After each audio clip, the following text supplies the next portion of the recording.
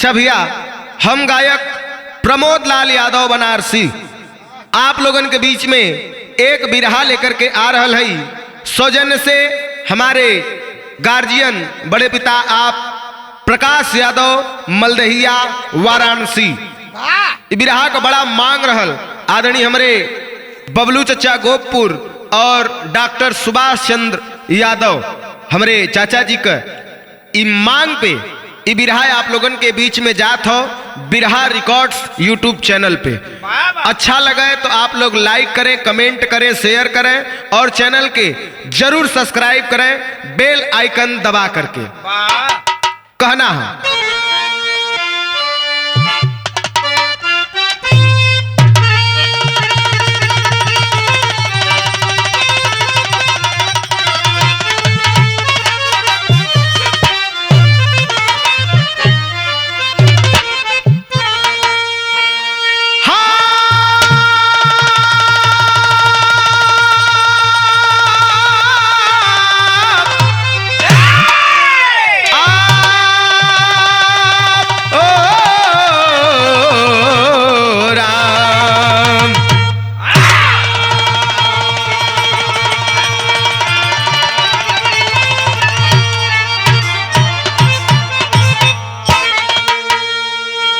चार लाइन का भी इशारा देखूंगा।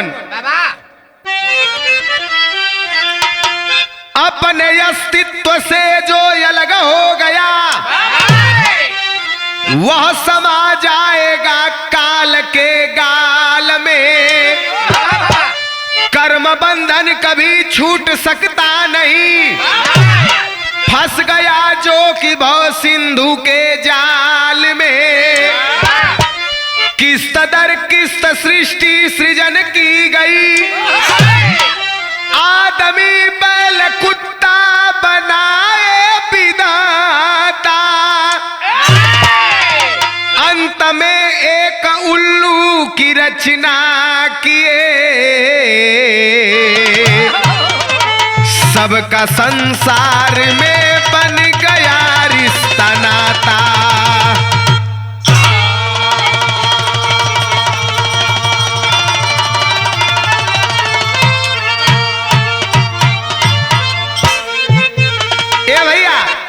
इंसान धरती पे चाहे जहां रहे आपन वजूद आपन अस्तित्व बना के रखे के चाहिए।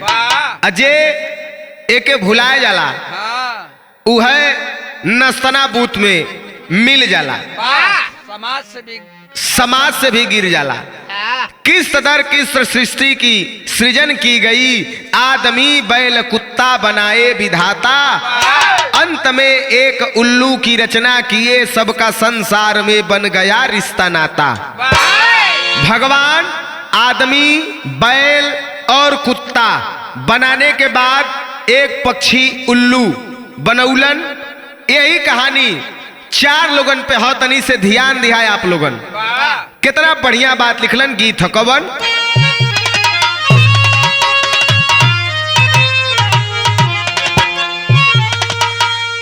कि बड़ी दूर बड़ी दूर बड़ी दूर बड़ी दूर से चल के आए हैं, तुम्हें जलवा दिखाना होगा। लेकिन कहना होगा कि माटी की सुंदर काया को, माटी की सुंदर काया को एक मंदिर बनाना होगा। माटी की सुंदर काया को एक मंदिर जिया।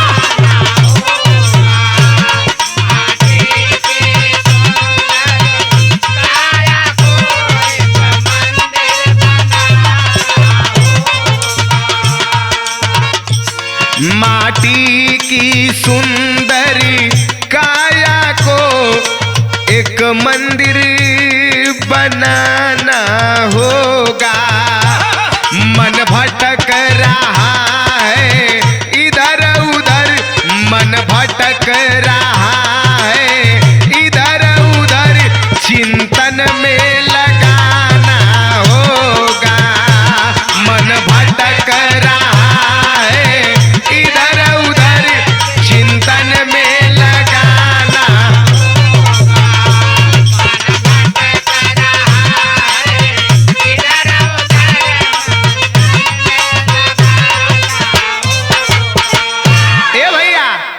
माटी का शरीर एक दिन माटी में मिल जाई और ये मन बहुत चंचल है, जल्दी भक्ति भाव में लगत ना या लग जाले तो फिर केहू के हटौले हटत भी ना। कहना हो कैसे?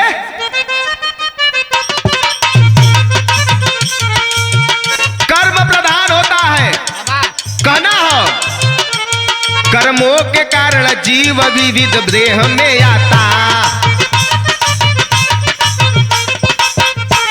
कर्मों के कारण जीव विविध देह में आता, फिर कर्म फल भोगना अनिवार्य हो जाता। ब्रह्मा जी जीवन जीने का भावार्थ बताए, मृत्यु को याद रखना उन सबको चेताए, फिर चारों माया मोह में आसक्त हो गए, दुनिया की भाग दौड़ में मदमस्त हो गए। जिंदगी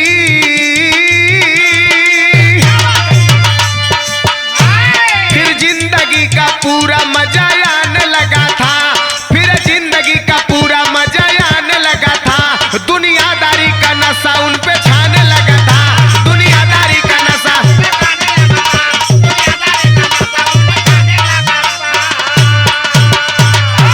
ए भैया कर्म सबसे महान होला, कर्म के ही कारण ये जीव विविध देह में इस धरती पे इस धराधाम पे आता है और अच्छा कर्म करता है तो अच्छा फल भोगता है और बुरा कर्म करता है तो बुरा फल भोगना पड़ता है। कर्म के अनुसार ही लोगन के स्वर्ग और नरक जाना पड़ता है। तो देखा भैया स्वर्ग नरक सब यही धरती पे है। नीक काम कैले हुआ मर गईले के बाद समाज दुखित हो कि यार बड़ा बढ़िया आदमी रहल, स्वर्ग में चल गईला, और वह खराब काम कैले हुआ मर गईला, लोग कहले कि ज्यादा धरती का बोझा तो रहल है, महा घटिया आदमी रहल है, सौगारी का काम शुरू भयल तो उ नरक में गईला तू। ब्रह्मा जी जीवन जिए का भावार्थ बतौलन, ए आदमी बैल कुत्ता और उल्लू के संरचना करके ई मृत लोक में भेजलन और बतौलन कि जाओ जीवन जियो, लेकिन याद रखना दुनिया की भाग दौड़ में मृत्यु को मत भूलना, मृत्यु निश्चित है, जन्म और मरण ये दोनों सत्य है। चारों अइलन धरती पे आए के मोह माया में भुलाए गईलन, दुनियादारी में मस्त हो गईलन और जिंदगी का भरपूर मजा लेवत हुआ, खूब दुनियादारी का नशा उ लोगन पे छौले है। तब एक लाइन गीत है कैसे?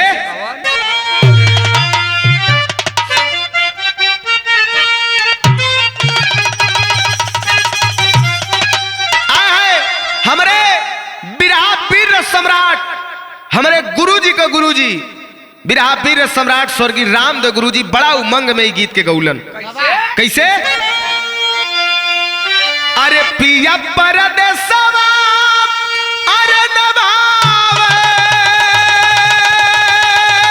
यमुनु, अरे पिया परदेसवा नभावे यंगनवा,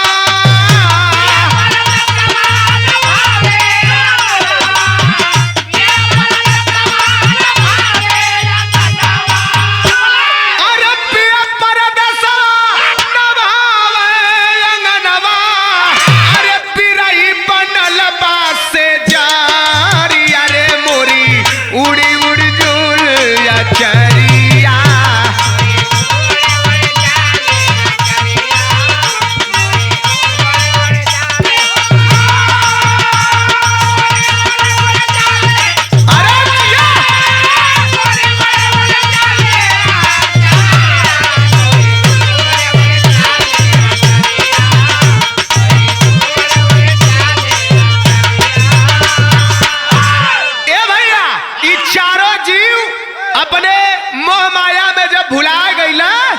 ब्रह्मा जी बैठल बैठल लगल सोचे कि हई देखा ई कुल तो भुला गई न कुल पूजा करत हुआ न नाम लेत हुआ न कुछ करत बाड़ा।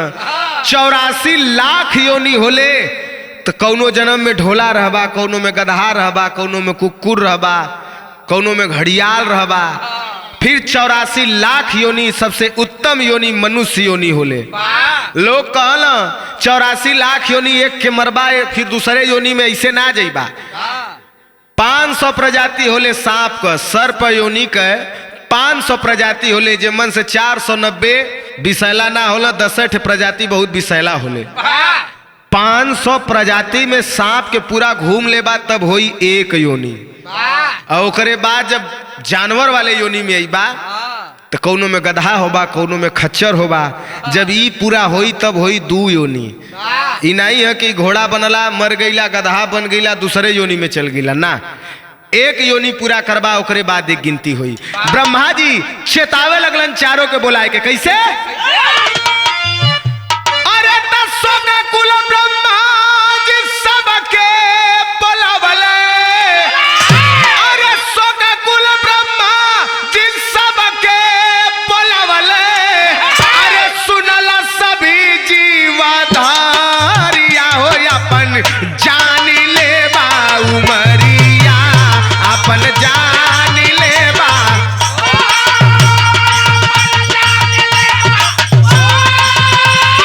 अरे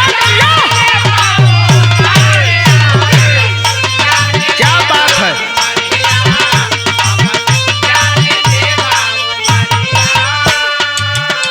ए भैया ब्रह्मा जी चारों के बुलाए के कहले कि सुना ए जीव, अपन लोगन उमर जानला बड़ा मस्त हुआ लोगन, इतना मस्त मत रहा।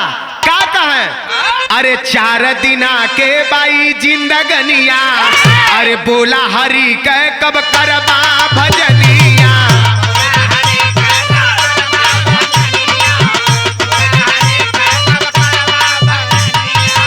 अरे 40 बरसवा के निरनार तदिनवा, अरे भवजाल में डूबी नवारिया, अपन जान लेबो मोरिया। कल 4 दिन का जिंदगी है, ई जिंदगी पानी का बुलबुला है, कब फूट जाई कोनो ठीक ना हो। लोगन मस्त हुआ, भगवान का नाम कब लेबा? चारों कल बड़ा समय है, नाम लिया जाई ना, भजन पूजा भक्ति भाव कुल होई। भगवान कल सुना 40 साल आदमी, 40 साल बैल, 40 साल कुत्ता और 40 साल उल्लू।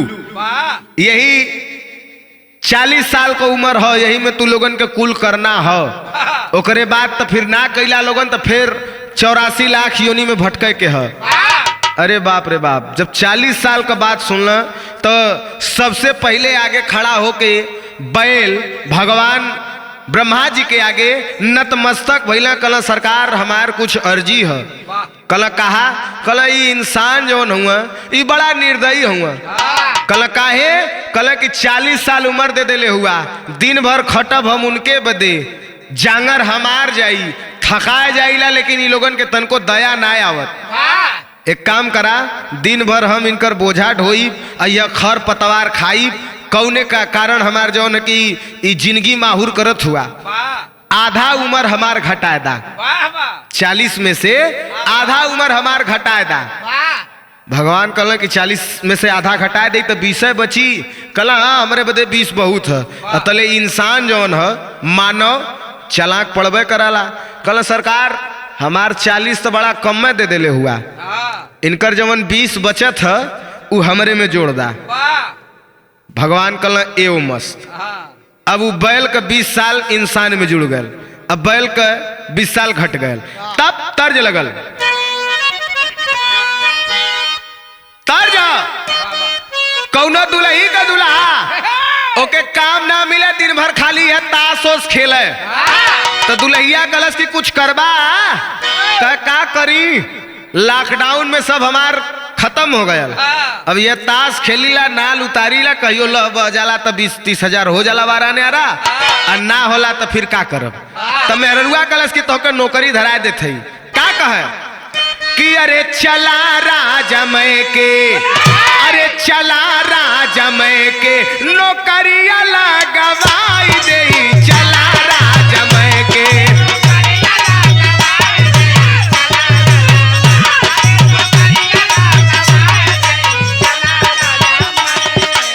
लेकिन भाव बैल इतना बात कह के पीछे हटल, और जब बैल पीछे हटल हो तो आगे के आयल कुत्ता ब्रह्मा जी के आगे आके खड़ा भयल।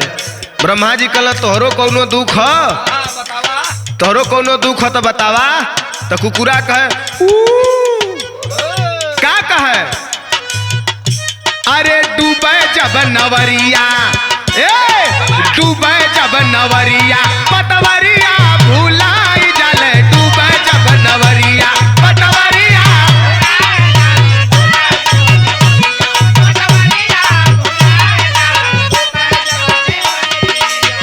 कुत्ता कहे उहे हमरो बदुखवा, कुत्ता कहे उहे हमरो बदुखवा, हट देखता हमर जीव ललचाई जाले, डूबे जब नवरिया पतवरिया भुलाई जाले।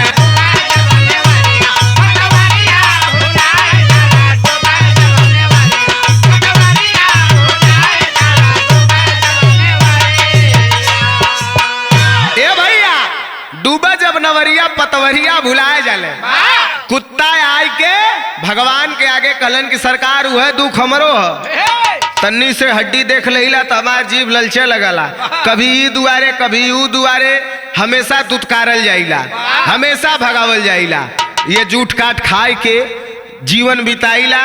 आदमी तौने पे देखी है तो केहू जूता उठाए के मारी तो केहू डंडा उठाए के मारी, वही में काए करत भागत रहीला। तो कल का चाहत हुआ, कल हमरो उमरिया जो है कि 40 साल ढेर कर दिले हुआ, कुछ कम में करा। कल कितना कर दे का बस जितना बैल कहो उतना कह दा। कल कि ओ हो 20 साल कह, हाँ आधा कम कर दिला तले फिर जो मानव इंसान रहे वो कह सरकार हमार तो 60 भल वही बड़ा कम हो, इहो 20 हम ही के दे देता। ब्रह्मा जी कल यो मस्त ले ला तो ही। फिर इंसान में बैल का और कुत्ता का दोनों का उम्र जुड़ गए। जब दोनों का उम्र जुड़ गयल हो तब देखा कुत्ता पीछे हटल, और जब कुत्ता पीछे हटल तो आगे के आयल तर्ज लगल। कौनो दुल्ही का दुल्हा बड़ा नशेबाज मिल गल है। जब आवे घरे में तो मेहरारू से कहे भांग पीस, मेहरुआ कलश की बड़ा तकलीफ दहला तू हमें। का कहे, अरे तया गिला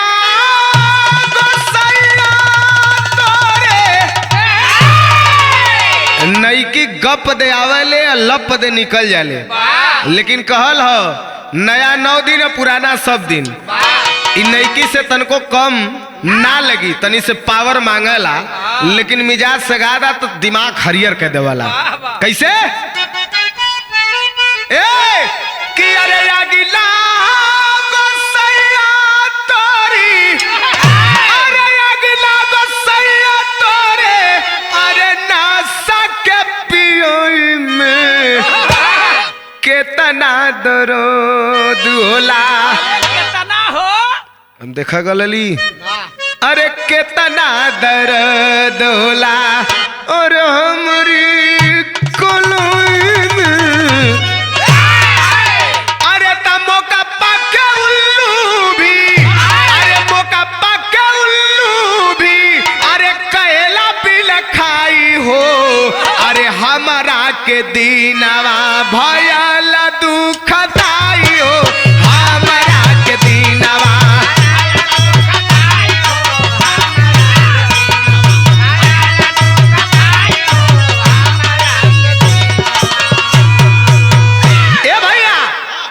अब आगे आ गई उल्लू, उल्लू आयल तो भगवान के आगे हाथ जोड़ के कहले सरकार हमार दिन बड़ा दुखदाई हो गयल।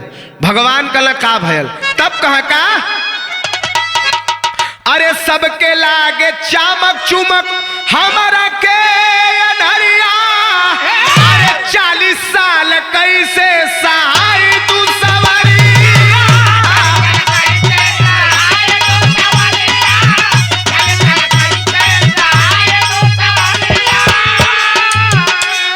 अरे अभी उम्र देबा, अरे मानुष में मिलाई हो, अरे हाँ हमरा के दीनवा भइल दुखदाई हो। ए भैया उल्लू कल सरकार हमार दिन बड़ा खराब है, रात तो बड़ा बढ़िया है लेकिन दिन खराब है। भगवान कल काहे भैया का हो गल तो दिने कल रात में तो अन्हारे में हमें बड़ा साफ लौकल एकदम क्लियर, लेकिन दिन में जहाँ अजोर रहला चमक चुमक रहला आदमी के नीक लगला वहाँ हम अनहर हो जाइला। हमरे लौकबे ना करत, सबके रतौनी होला हमरे दिनौनी है, हमें दिने लौकबे ना करी। तो 40 साल हम कैसे हम झेलब। हमारा आधा उम्र घटा के हो यही मानुष में मिलाए दा। भगवान कलन की ए मस्त तब कहना है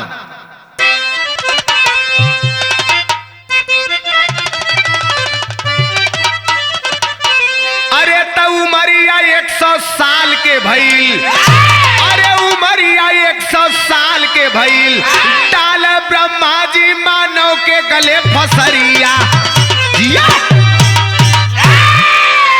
अरे सृष्टि की अद्भुत रचना अरे मानव भी कहलाता है।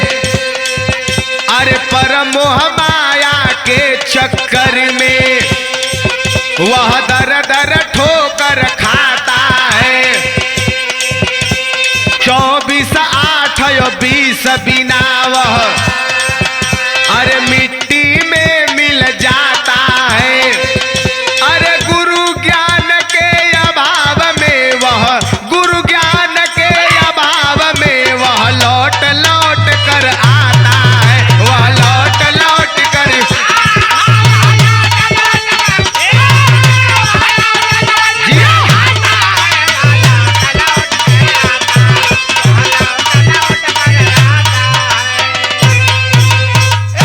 ए भैया 40 साल उम्र मानव का और मन 20 जुड़ गयल बैल का, 20 जुड़ गयल कुत्ता का, 20 जुड़ गयल उल्लू का।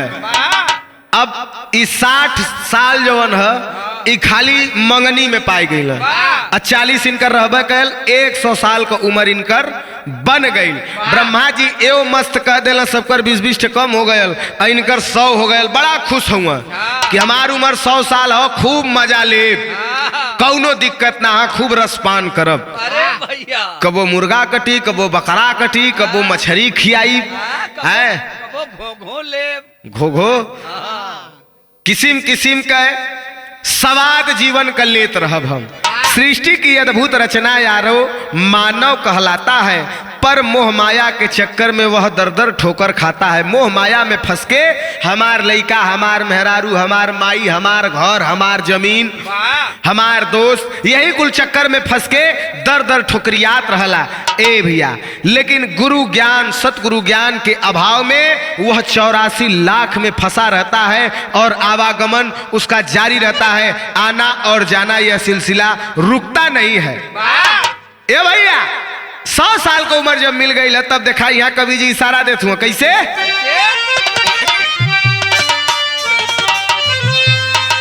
अरे तो सबके नचावे करतार हो,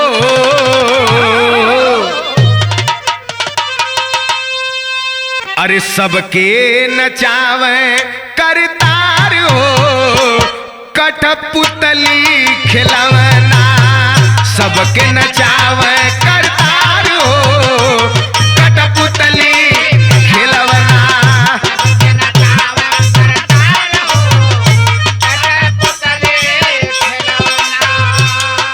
संसार हो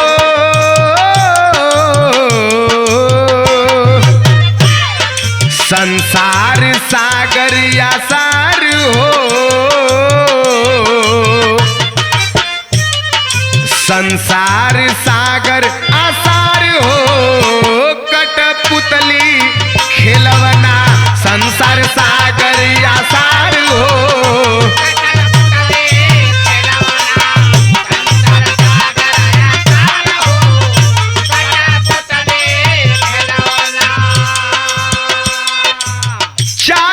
परिसवा तक मानव बदनवा बैल के नाई खटे रात दिनवा जीवन भइल दुसुआर हो, अरे जीवन भइल दुसुआर हो, कठपुतली खिलवना जीवन भइल दुसुआर हो, कठपुतली खिलवना।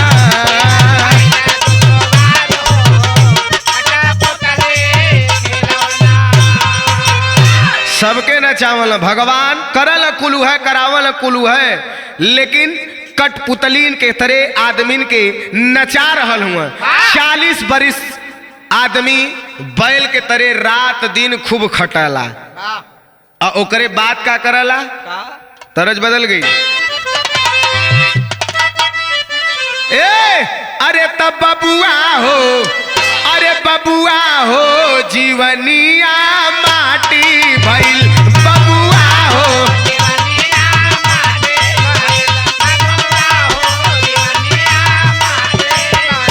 अरे नारंगी बदनिया माटी भइल, नारंगी बदनिया माटी भइल बबुआ हो, जीवनिया माटी भइल बबुआ हो।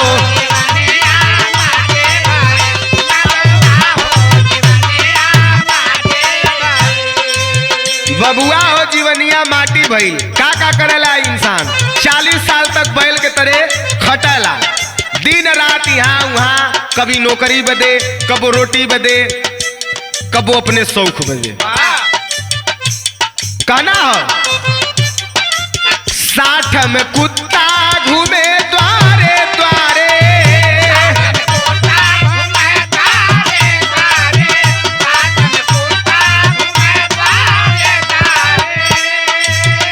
अपमन सही के ऊ जीवन गुजारे,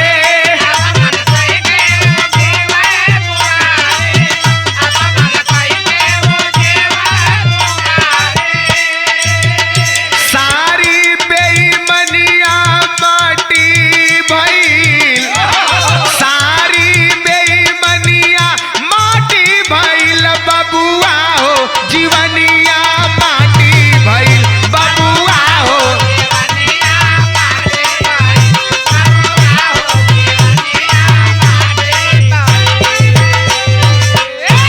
40 साल तक बैल के तरह हर भर खटी है, और जब 60 लगी रिटायर हो जाई है तो कुकुर नियर कबो ई दुआरे कबो ऊ दुआरे कबो ऊ दुआरे बैठी है, कौनो काम धंधा नहीं है, लेके गदोरी में सुरती रगड़त हुआ, ठोकत हुआ, जाके का हो भैया फलनवा तो हाल लइकवा आजकल का करत ह, कहे तो से मतलब वो कुछो करत हो, करे नहीं खाली है, सोचलिए पूछ ले, कह नहीं तू अपन देखा।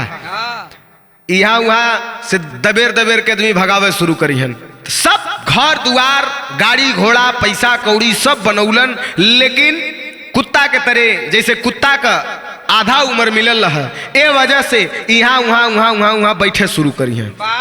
अब आगे के कर पारी आइल, पहपट में कहना है,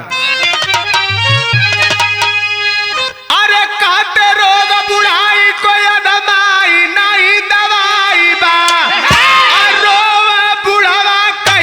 बप्पा माई नहीं दवाई बा।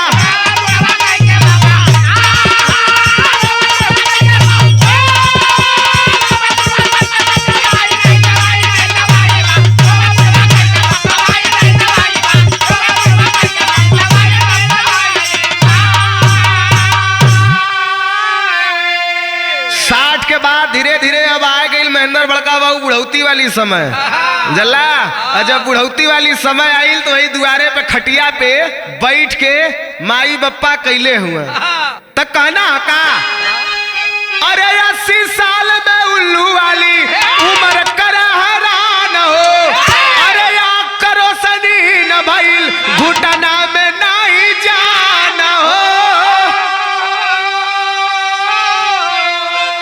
अरे बिना दांत के स्वाद कैसे आई नहीं दवाई बा, तनाती पोता खेला खेल चिड़ाई नहीं दवाई बा।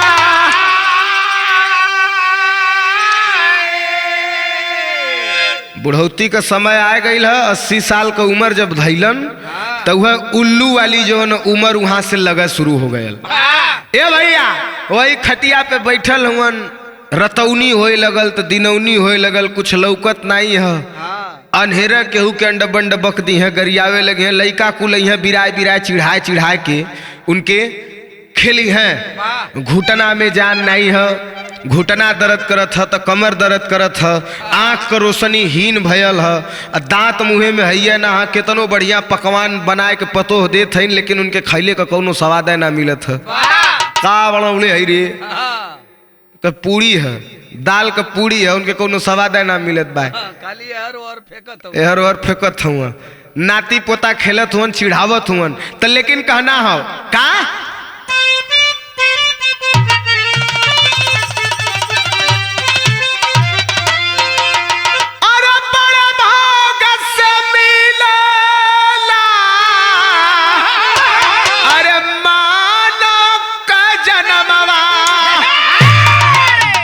कुत्ता उल्लू हरदम कार परेशान,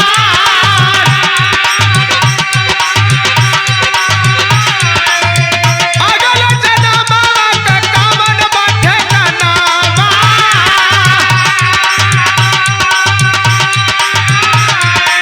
ले जाई करमवा कमन योनि दर प्यान,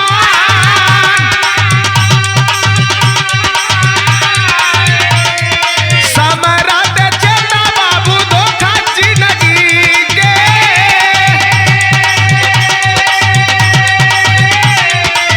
सोने का मालिया एक दिन होई हो पिरान, और संगी साथी नात रिश्तेदार साथ छोड़ी है,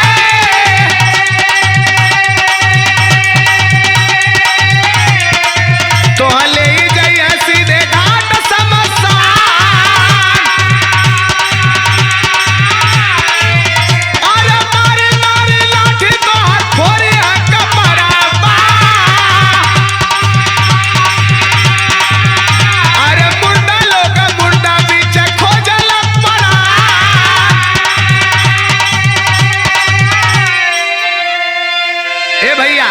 बड़े भाग से ई मानव जन्म मिलेला। कल हो बड़े भाग मानुष तन पावा, ई शरीर ई मानव देह बड़ी भाग से मिलल, बड़े भाग मानव तन पावा। ई ना कहल कि बड़े भाग से कुत्ता शरीर पावा या बड़े भाग से गधा तन पावा, ई कुल ना कहल का हो बड़ी भाग से मानव तन पावा। इस शरीर बड़ी भाग से और 84 लाख योनि में सबसे उत्तम योनि मनुष्य योनि है। लेकिन कुत्ता बैल उल्लू हरदम हर उम्र में परेशान करेलन। अगले जन्म का कौन ठिकाना हो, कैसन केकर करम रही, कौने योनि में जाई, समय रहते चेतला, सोने का महल एक दिन वीरान हो जाई, संगी साथी नात रिश्तेदार सब यही तो के छोड़ दी हैं, शमशान घाट पे ले जाई हैं, अपने जन्मल अपने जन्मावल बेटवा तो के मुखाग्नि दी हैं। और जब देरी करबा जरे में तो ले के लाठी वही तोरे कपारे पे मरी है कि जल्दी जरा कि अब का यहाँ तो के मार मारे जरई हैं। मुर्दा लोग मुर्दा पीछे खोजे ले परान, तो कहना हो का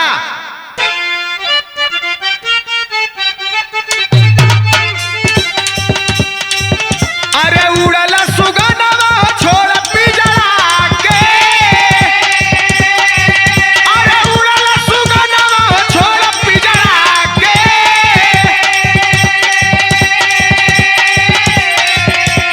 ऐसा पिजड़ा पे लोग करल गुमान,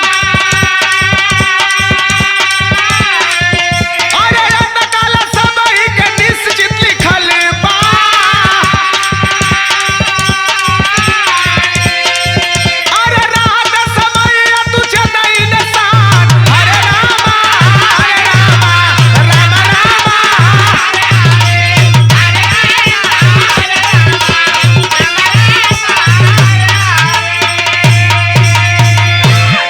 ए भैया एक दिन ही शरीर पिजड़ा हो और एकरे अंदर जो बोलत है प्राण उस सुगना हो। एक दिन इ पिजड़ा के छोड़ के सुग्गा उड़ जाई, लेकिन फिर भी लोग गुमान यही पिजड़ा पे करत हुवन। खूब बढ़िया बढ़िया महकौआ साबुन, महकौआ सेंट, खूब महंगा महंगा कपड़ा पहिर के बड़ा गुमान में रहल कि घुयू खैले है। धक्का मारत चलिए, मुसुक ऐठत चलिए, मार दे फाट जाइबा। लेकिन इस शरीर का कोनो ठीक नहीं है। अंतकाल सबका लिखा हुआ है, सबका निश्चित है। तो रहते समय चेत लीजिए और भगवान का भजन जरूर करें। ना 24 घंटा तो 24 घंटा में से मात्र 1 मिनट का समय निकाल के अगर सदगुरु भगवान को याद कर ले तो ये जीवन की नैया पार है। कहना हो कवि जी का इशारा हो का,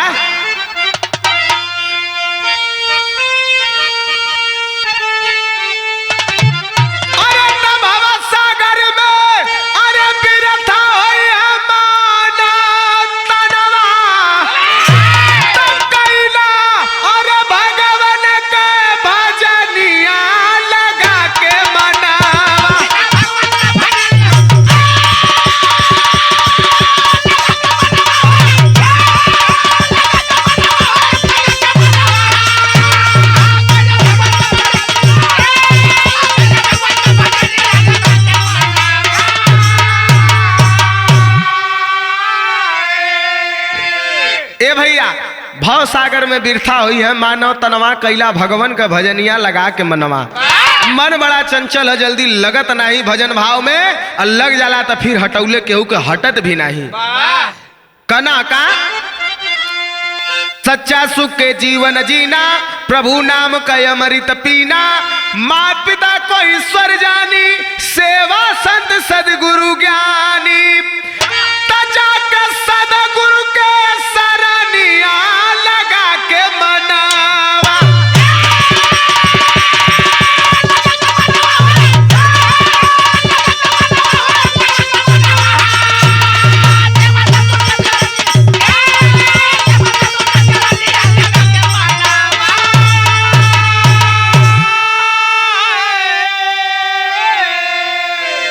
माता पिता और गुरु सेवा करिए और ईश्वर का नाम जरूर लेवे, इस जीवन का नैया भवसागर से पार करे के लिए। तब कहना है गुरु बिहारी, गुरु गणेश, गुरु रामलाल मोरबाका, स्वर्ग बसे चंद्रिका, कवि बच्चन का विजय पताका।